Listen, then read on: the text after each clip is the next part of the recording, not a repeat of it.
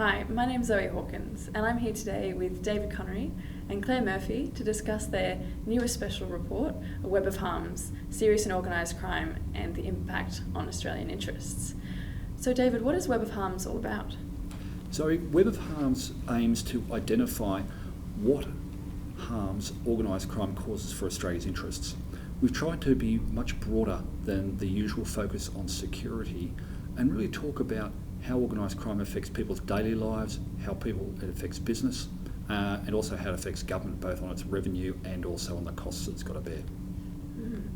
And out of that important and sort of broad discussion, Claire, what did you find were the key conclusions that came out of the report?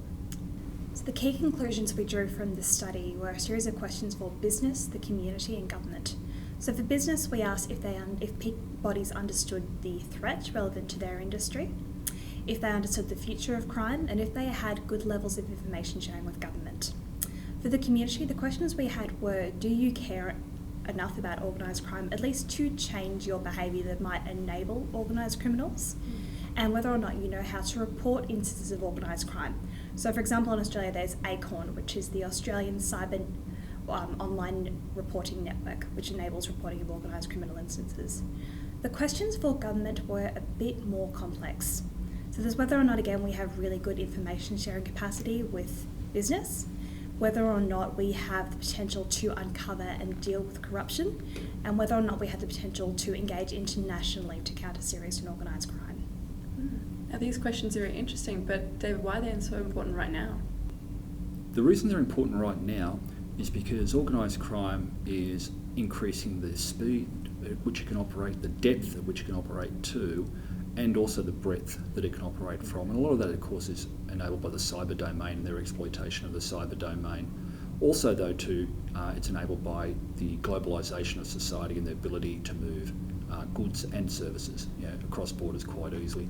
So I think it's very important to government, because I think government's got a lot of decisions it needs to make right now, particularly about the future shape of its law enforcement system. And we've been encouraging government to really think about that in a couple of different reports and op-eds that we've done recently. Great. Now Claire, Web of Harms is more of a project than a report. What other research have you done in this area? So unlike some other topics that ASPI has covered, this topic is not just relevant to government. So we've tried to cast the net wide and to write broadly on these issues so we can engage both business and the community. So I've written an op-ed looking at illicit drugs coming into Australia and the transnational problems that poses.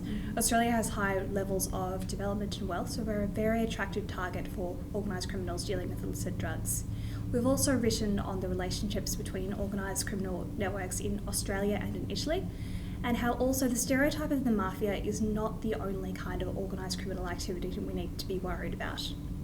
We've also written an article for the community about a day in the life of you in organised crime. So looking at a lot of daily activities a lot of us undertake which do enable and facilitate organised crime. And we've also looked at how the business might be implicated in organised crime if they target things like superannuation, or whether or not they target goods and services that can use counterfeit products.